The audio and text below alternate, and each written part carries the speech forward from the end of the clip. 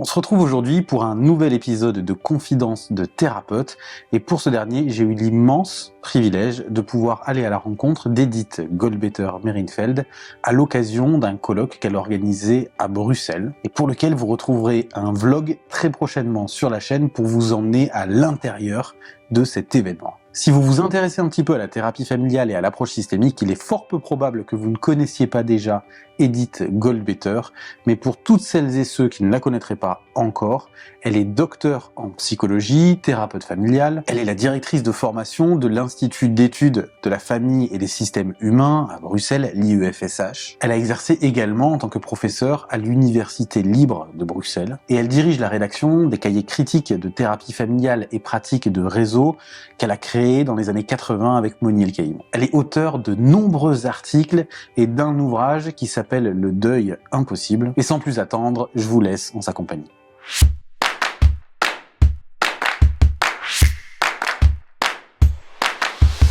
Eh bien, comme je dis souvent, les futurs thérapeutes, ce sont des gens qui ont été thérapeutes familiaux précoces dans leur très jeune âge, qui ont échoué dans leur tentative de guérir leur famille, mais qui sont têtus et qui se sont donc formés.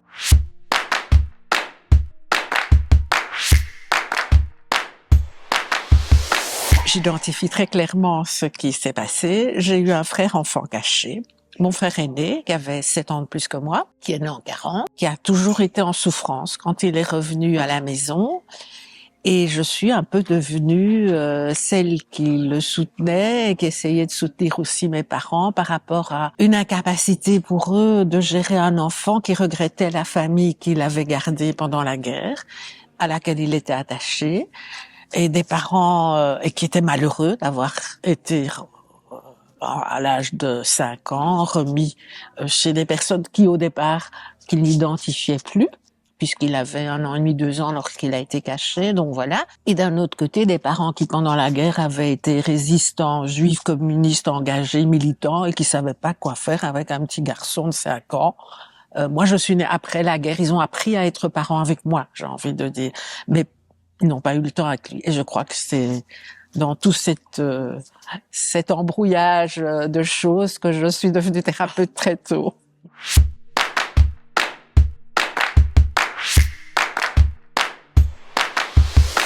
Je dirais qu'il y en a 4 ou 5. Il y a d'abord Moni El-Kaïm. C'est par lui que je suis entrée, que j'ai bifurqué vers la systémique, parce que je voulais devenir analyste initialement, parce que je savais pas que la systémique ça existait. J'ai terminé mes études en 71 pour parler comme en France, et donc il n'était pas question de systémique à cette époque-là, en tout cas pas en Belgique, pas en Europe, mais comme je raconte souvent, un ami analyste qui me supervisait m'a quand même dit « Ah tiens, je viens de lire La logique de la communication, c'est un livre intéressant. » Ce qui est amusant, c'est que cet analyste est resté analyste, mais moi, ça a créé une espèce de bifurcation. Elle n'a pas tout de suite été radicale, mais j'ai dans mes thérapies d'inspiration analytique commencé à m'inspirer de ce livre et j'en parlais partout. Et donc, en parlant partout, un jour, quelqu'un m'a dit, ça c'était déjà en 77, 78, « Ah ben tu sais, Moni El-Kaïm vient de commencer une formation. » Moni El-Kaïm, parenthèse, que je connaissais depuis mai 68, parce que j'avais occupé l'université, celle-ci, et lui aussi, et lui était un espèce de Cohn-Bendit. Enfin, il avait quelques années de plus que moi, et moi j'étais une petite étudiante en 2e année de psycho, mais voilà, je visualisais qui c'était. Et puis, il m'a introduit dans la systémique pratique, parce que le livre, c'était encore, bon, la logique de la communication n'est pas tellement concret sur le plan clinique. Enfin, il donne beaucoup de préceptes, mais pas tellement le contexte du terrain. Donc, avec lui, je suis rentrée là-dedans. Et puis, le deuxième, j'ai eu la chance d'aller aux États-Unis avant d'ailleurs d'avoir terminé ma formation chez Moni El-Kaïm, parce que mon mari faisait un post-doctorat à Berkeley. On est allé à Berkeley, et Berkeley, c'est 1 heure de Palo Alto. Et donc, j'ai été me former à Palo Alto pendant cette année-là, chez Carlos Lusky, qui était devenu le directeur de Palo Alto et qui gérait la formation. Et c'est pour moi, et ça reste, j'ai encore des contacts avec lui, ça reste quelqu'un d'extrêmement important. J'ai terminé ce séjour, donc c'était 1 année à Palo Alto, Et puis en été, il y avait un séminaire, un clinical externship d'été chez Minuchin. Et ça, c'était à Philadelphie. Donc j'ai été 6 semaines. Et là, c'était très intensif, c'est-à-dire tous les jours. On était un groupe de 15 qui séjournions sur place. Enfin, c'était organisé par le Child Guidance Hospital, l'hôpital pour enfants où Minuchin travaillait. Et lui aussi m'a fortement imprégné. Et puis, par ailleurs, je dirais encore 2 autres personnes qui ont compté. C'est Whitaker. Alors, pour moi, Whitaker, que j'ai vu à la fois dans des séminaires qu'il venait faire, enfin des workshops qu'il venait faire à Palo Alto ou à Philadelphie. Et puis, on l'a invité en Belgique à nos grands congrès. J'ai joué dans plusieurs simulations qui étaient animées par Whitaker. Donc, j'ai vécu de l'intérieur ce que ça fait. Et c'est vraiment quelqu'un qui m'a tout à fait bouleversé dans l'autre sens que ceux que j'ai cités, parce que Moni El-Kaïm, c'était bien avant les résonances et les singularités, donc on était encore plus dans des choses plus théoriques et plus Minuchin, c'est la structurale, c'est très construit. Salvini, que j'ai aussi connu plus tard, c'est aussi très construit. Mais Whitaker, c'est fou, c'est absurde. Et j'ai trouvé ça bien parce que je dirais que il m'a appris la liberté. C'est-à-dire à me dégager aussi des modèles. Je connaissais beaucoup de modèles. Déjà, ça donne de la liberté quand on en a plus qu'un, parce qu'on ne s'enferme pas dans un modèle. Mais avec Whitaker, c'est au-delà du modèle. Hein. On donne un coup de pied au modèle et on s'écoute et on s'utilise. Je ne prétends pas du tout avoir sa compétence, mais je dirais que ça m'a donné des autorisations implicites à travailler d'une certaine façon. Donc voilà, il y a El-Kaïm, il y a Minuchin, il y a Slutsky, il y a Whitaker, et puis Salvini qui, par sa personnalité, j'ai beaucoup accroché avec elle aussi. Et puis il y a plein d'autres, mais enfin, je vais en rester à ces 5-là. J'ai eu beaucoup de chance parce que j'ai vécu à une époque où tous ces pionniers existaient et en plus venaient en Europe. Bon, Slutsky, ça c'était Minuchin, je l'ai vu essentiellement aux États-Unis, mais Borzomeni Nagy faisait à Montreux en Suisse, il faisait parce qu'il était déjà très proche du commun Nagy qu'il a épousé en Suisse, et donc il faisait des choses en Suisse, donc c'était tout à fait faisable. Voilà, et Salvini, elle venait chez nous en Belgique, donc c'était pas compliqué, mais ils étaient tous là. Je pense aussi que j'ai peut-être eu accès à toutes ces personnes grâce à Moni et à Ziggy Hirsch aussi. J'oublie de dire que, alors, parce que c'est quand j'ai dû partir à Berkeley, Moni m'a dit Palo Alto est juste à côté. Et j'allais voir, en fait, je me faisais superviser aussi par Ziggy Hirsch. Enfin, c'était intéressant. J'allais chez Ziggy Hirsch en lui disant, je veux travailler sur ma famille d'origine, parce que Moni ne le faisait pas à l'époque. Après, il l'a fait. Et moi, je fais travailler mes étudiants en formation sur les familles d'origine, donc je trouverais bien que je puisse travailler aussi dessus. Et c'est Ziggy Hirsch qui m'a dit, moi, je connais bien Carlos Slutsky, parce qu'il était ami. Alors, tu vas là-bas, tu lui dis que tu viens de ma part. Donc, ça, il a aussi été le liant, voilà.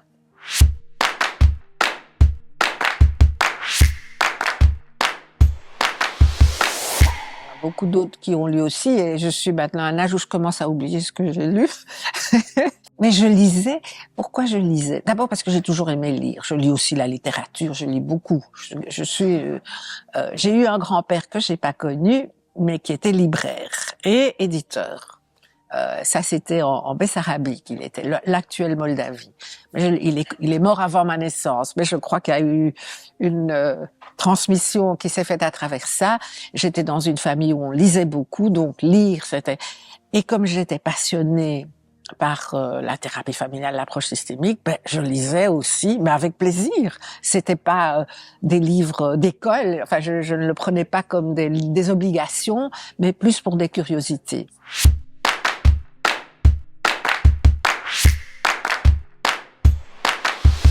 J'ai envie de dire qu'il faut lire les classiques. Donc je trouve qu'il faut lire le Whitaker qu'il a écrit avec Napier, le Creuset familial, voilà.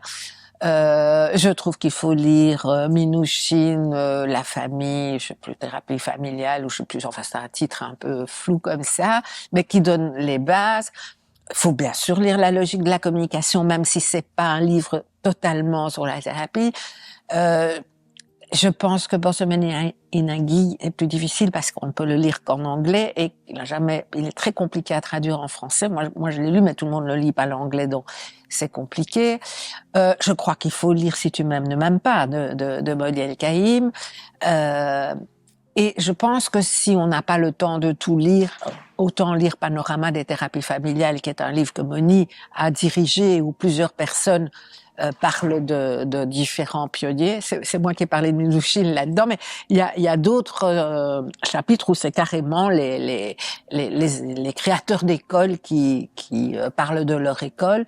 Donc ça, je crois que c'est important. Voilà, je mettrai en tout cas ça en premier pour que les gens aient des bonnes bases.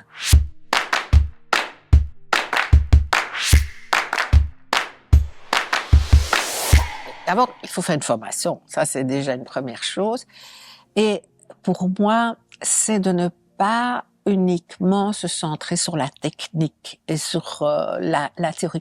Moi, je crois qu'il faut apprendre les techniques pour pouvoir les oublier. C'est un peu comme on apprend l'orthographe, on apprend la grammaire, mais quand on écrit, on n'est pas tout le temps en train de réciter les conjugaisons, etc. Donc, c'est d'arriver à se dégager de ça. Et c'est de ne pas s'oublier soi dans le travail thérapeutique, c'est-à-dire, bon, c'est tout le travail autour des résonances, mais de se demander ce qu'on ressent et en quoi ça peut avoir une fonction, à la fois par rapport à notre histoire, mais aussi par rapport à ce qui est évoqué par la famille. Ça, je crois que c'est important. Et il y avait encore une autre chose à laquelle je pensais. Oui, c'est ce que je dis toujours aux gens en formation. Il faut couper son cerveau en deux. C'est-à-dire, c'est une image, une métaphore. La moitié d'un cerveau essaye de comprendre et d'aller dans le même sens que ce que la famille exprime. Comprendre comment elle vit et les raisons qu'elle donne à tout ça. Mais l'autre moitié du cerveau doit se dire comment on peut voir ça autrement. Pas parce qu'ils ont tort, mais parce que cette famille, en voyant les choses comme elle les voit, elle est dans l'impasse. Donc ça veut pas dire qu'elle a tort, mais ça veut dire que ça ne l'aide pas à avancer. Et donc il faut trouver un moyen, une manière de représenter les choses différentes, qui ne sera peut-être pas plus vraie, mais qu'on peut proposer. Bon, alors soit la famille va y accrocher et dire ah ben oui, tiens, au fond on pourrait, et du coup on creuse un nouveau chemin, ou soit ils vont dire oh, on voit pas avec quoi vous venez, etc. Bon, ben on cherche encore une autre façon. Mais je veux dire, il faut pas rester figé sur le modèle initial.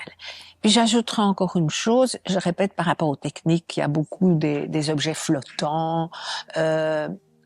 J'ai rien contre les objets flottants, mais je trouve que on les utilise trop et ça devient ce qui remplace la thérapie. Je sais qu'il y a des gens qui d'emblée proposent à la première séance de faire une sculpture, à la deuxième séance de faire un blason, etc. Je trouve qu'on se cache, le thérapeute se cache derrière les objets flottants pour devenir un animateur d'un type de travail qu'il demande à la famille de faire et que lui, thérapeute, va essayer d'interpréter. Et je trouve que là, on met de côté du coup la relation entre le patient et la famille.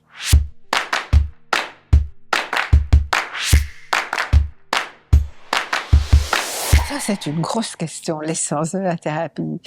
Je pense que l'essence de la thérapie, c'est d'arriver à vivre mieux, quelle que soit la problématique initialement présentée. En général, si on va chez un thérapeute, c'est qu'il y a quelque chose qu'on vit comme dérangeant, douloureux, enfin. Et donc, d'arriver à dépasser, à contourner, à voir d'autres choses que ça, à ne pas être obnubilé. C'est un peu ce que je disais tout à l'heure, ne pas être obnubilé par un problème, ajouter des couleurs à la vie et arriver à reprendre une forme de jouissance de la vie, c'est peut-être ça la thérapie. Mais il faut encore aussi que le thérapeute soit capable de jouir de la vie. C'est pas toujours le cas.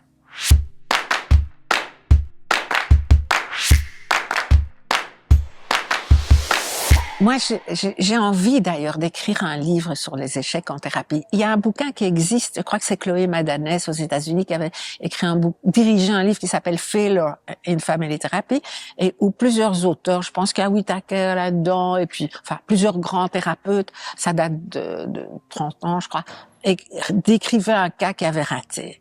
Et moi, je raconte aussi à mes étudiants un cas où clairement, où j'ai raté. En fait, c'était un couple que j'avais vu une première fois, couple d'une bonne 50aine d'années. Madame était une ancienne prostituée, monsieur était, je sais plus, un employé, je sais plus très bien ce qu'il faisait. Et monsieur avait vécu avec sa mère jusqu'à l'âge de 45 ans, puis allait voir les prostituées et avait finalement épousé cette prostituée. Là, qui avait arrêté d'être prostituée, voilà. Mais ils sont venus me voir parce que Madame trouvait que la mère de monsieur était encore trop près. Ouais, elle vivait très mal le départ de ce fils. En plus, c'est une pute. Enfin bon, bref, elle aurait trouvé n'importe quoi pour n'importe qui, et voilà. Donc ils étaient venus un peu là-dedans, le mari disant moi j'aime ma femme, mais vous comprenez, ma mère elle s'est occupée de moi, donc je sais pas bien comment faire, enfin entre les deux, etc. Bon, ça c'est un cas assez classique, mais à la séance, la première séance se passe bien. Deuxième séance, je les attends, mais une heure avant ou 2 heures avant, je sais plus, monsieur me téléphone. Je dois annuler mon rendez-vous d'aujourd'hui parce que le chien est malade. Alors, moi, j'ai une petite liste intérieure sur les bonnes raisons d'annuler, maladie, décès, machin. Mais chien malade, ça n'entre pas dedans. Alors, je lui dis, et c'est là l'erreur, en tout cas, j'en ai discuté avec Moni El-Kaïm après, je lui dis, écoutez, vous me devez la séance. Et je peux vous mettre un autre rendez-vous si vous voulez, mais vous me devez. Alors que, en début de travail, j'annonce toujours si il y a une annulation, je dois être prévenu 48 heures à l'avance, sinon je comptabilise la séance. Ça fait partie des trucs. Il me téléphone. Oui, ça c'était le matin pour l'après-midi qu'il m'avait téléphoné. Puis il me téléphone un peu plus tard en me disant, est-ce qu'on peut venir quand même? Je dis oui. Et ils sont venus avec le chien. Ils sont venus avec un chien qui puait parce qu'il avait un truc à la gorge, un gros berger un peu obèse. En plus, il pleuvait ce jour-là, donc son poil, il sentait mauvais. Quand il est rentré dans mon cabinet, j'ai été vaporiser la salle d'attente tellement ça sentait mauvais. Et quand j'étais en séance, j'avais la nausée. Je me suis dit, il faut que je termine au plus vite. Il faut que je termine au plus vite cette séance. C'est pas possible. Je peux pas travailler comme ça. J'ai pas dit mon malaise. Mais j'ai concocté un machin, une espèce de fin de séance au bout d'une demi-heure, alors que mes séances durent 1 heure. Enfin, vraiment, j'ai tenu, je lui ai fait une petite conclusion. Et puis j'ai dit, je propose que vous réfléchissiez à ça et que vous me recontactez quand vous aurez bien réfléchi. Donc je leur mets même pas un rendez-vous. Voilà. Et ils sont partis. Ils m'ont dit oui, oui. Et je les ai plus jamais revus, sans m'en plaindre. Mais j'ai quand même été en parler chez Moni El-Kaïm, qui m'a dit plusieurs choses. Il m'a dit d'abord, pourquoi tu as rappelé la règle? Tu pouvais simplement donner un autre rendez-vous, puis tu leur avais dit. Deuxièmement, tu n'as pas parlé de ce que tu vivais.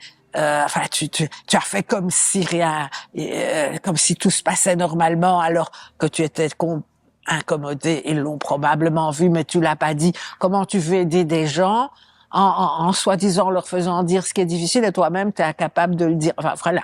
Et donc ça pour moi ça a été un bel échec qui m'a servi de leçon. C'était bien formateur.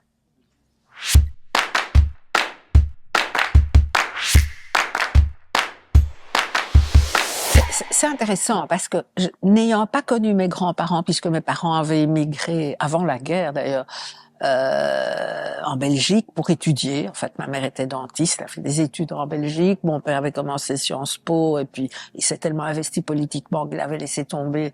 Voilà. Mais je veux dire, j'ai donc pas connu mes grands-parents qui étaient restés en Moldavie et puis qui sont morts en fait avant que je naisse. Donc, sauf une grand-mère, mais j'ai pas eu la chance. Non, elle est morte avant que j'aille faire mon premier voyage en Ukraine, parce que de Moldavie, la partie de la famille est partie vers l'Ukraine, à Lvov, entre parenthèses, qu'on appelle Lviv aujourd'hui. J'ai été donc là, enfin, ça c'est une parenthèse. Et donc, j'avais pas vécu de deuil dans ma famille. J'avais que mes parents, mon frère, et il y avait pas de famille élargie. Mais une des premières séances que j'ai vues quand j'étais en formation chez Moniel Caïm. On a vu dans un centre de santé mentale avec mon collègue qui était Romano Sandariato, qui était dans le même groupe de formation que moi, on a vu une famille. Et je raconte d'ailleurs cette famille dans le livre que j'ai écrit parce que c'est ça, c'était une famille où il y avait une mère, un père. Alors la mère, elle avait quarantaine d'années, le père en avait 70, quelque chose comme ça, et le fils 15. Et c'est la mère qui parlait en disant, et on vient, ce garçon, j'ai peur qu'il devienne un délinquant parce que je l'ai surpris en train de lancer des flèches dans un tas de sable, et puis il aime les westerns, donc j'ai peur, etc. Je voyais le père dire, moi je suis venue parce qu'elle a voulu, et elle l'appelait papy, le père. Et le garçon levait les yeux au ciel, qu'est-ce que je fous là, qu'est-ce qu'elle m'embête avec ces trucs, et il triturait une bande dessinée qu'il n'osait pas tout à fait ouvrir, mais qu'il avait envie de lire. Et à un moment donné, cette femme dit, est-ce que je voudrais vous parler sans mon fils? Oh, à l'époque, on était débutants, je sais pas si on l'aurait fait aujourd'hui, mais on a dit, OK, il peut aller dans la salle d'attente. Lui, tout content, il le montre bien, il sort. Et on reste donc avec monsieur, madame et nous deux. Ce qu'on n'avait pas remarqué, c'est que c'était un centre de santé mentale ça s'est passé en 76, je crois, 77, qui avait été meublé avec des meubles de récupération. Donc on avait un peu des chaises.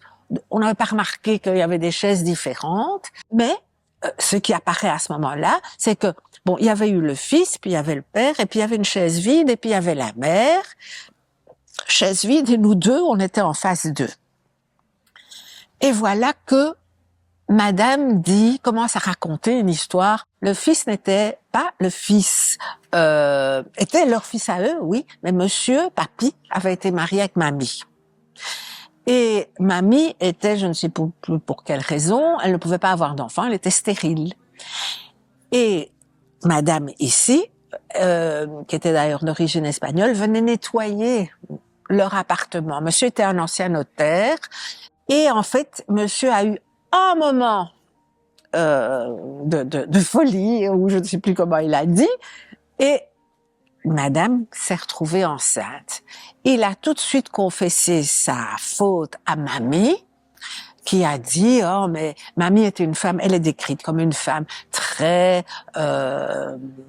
intellectuelle, très cultivée, très raffinée, etc., qui avait à peu près l'âge de monsieur, et qui a dit, on va adopter l'enfant, alors puisque je peux pas en avoir. Et ce qui s'est passé, c'est qu'entre les trois personnes, ils ont décidé que l'enfant serait élevé au niveau après-scolaire et le dimanche et le samedi par le couple âgé, mais que tous les soirs, il rentrerait dormir chez sa maman, qui était devenue du coup concierge dans l'immeuble où il y avait le bel appartement du notaire en question. Elle a cessé d'être la femme qui s'occupait du ménage chez eux. Et donc, le gosse le savait, il mangeait le soir avec sa mère, mais il allait au théâtre avec papy et mamie, mamie l'aidait à faire ses devoirs, le poussait au niveau scolaire, donc il n'y avait pas de secret. Et voilà que mamie, si raffinée, si ceci, si cela, était morte il y a 6 mois. Et c'est depuis 6 mois que les problèmes apparaissaient, parce que madame voulait régulariser sa situation. Elle voulait épouser monsieur, que les choses se remettent dans l'ordre normal pour elle. Et monsieur, je rappelle qu'il était ancien notaire, disait oui, mais c'est compliqué au niveau héritage, il y a des tas de choses administratives. Enfin, visiblement, il freinait des 4 pieds, il n'avait pas envie. Et à un moment donné, je vois la chaise qui est entre eux deux. Et je remarque que cette chaise-là est différente des sièges sur lesquels nous, on est assis. On est tous assis sur des chaises de bureau ou en bois. Et celle-là, c'est une chaise avec du velours rouge et des petits clous en cuivre. Bon, c'était pas une œuvre d'art, mais elle avait quelque chose de plus précieux, je dirais, et je dis, c'est drôle quand je vois cette chaise, j'ai l'impression que mamie est là. Et alors, monsieur, donc, ils ont encadré cette chaise. Monsieur a dit, et elle restera là. Je crois que c'est ça qui a déclenché mon attention. Parce que jusque-là, je laissais une chaise en surnuméraire en appliquant le modèle de Minuchin qui est que les chaises représentent la distance ou le conflit, les chaises vides, et donc c'est intéressant. Bon, c'était dans cet ordre d'idées-là que j'avais veillé à ce qu'il y ait suffisamment de chaises, mais j'avais pas fait attention à l'identité de ces chaises. Et c'est à partir de ce moment-là que je me suis dit, tiens, il y a quelque chose là qui m'a interpellée, c'est les absents. Alors, c'est d'autant plus intéressant que moi, mes grands-parents, c'était des absents. On m'en parlait beaucoup. Mes parents me racontaient beaucoup d'histoires sur ces grands-parents, mais que j'ai jamais connus. Et donc, j'avais l'habitude de vivre avec des absents, mais là, je dirais que ça a donné lieu à ce modèle.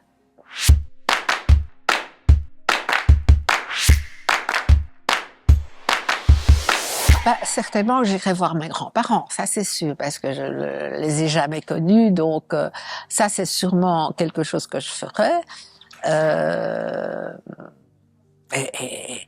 Et ça ferait que toute la direction de ma vie serait peut-être différente. Je n'aurais peut-être pas réagi à la chaise en question, je ne sais pas. Donc ce serait une autre vie.